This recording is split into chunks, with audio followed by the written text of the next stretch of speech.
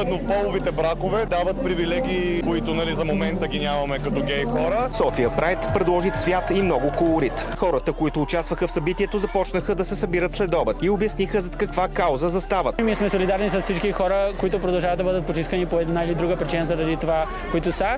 Посланието е всеки да се обича и да не вреди на останалите, ако те не вредят на някой друг. Настояха и за законодателни промени. Би било добре да се легализира промяната на пола в паспорти и в лични документи. Отиваме зад сцената, където е още по-цветно. Какво бихте искали хората да запомнят от днешния ден? Че всички са равни и любовта няма пол и всеки трябва да обича всички, а не да се пропагандира омраза.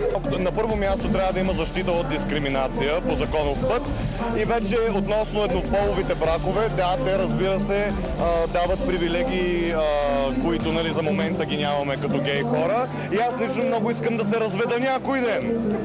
Как да се разведа, ако не съм омъжа? Истината рядко е това, което изглежда. Въпросът е, готов ли си да я видиш?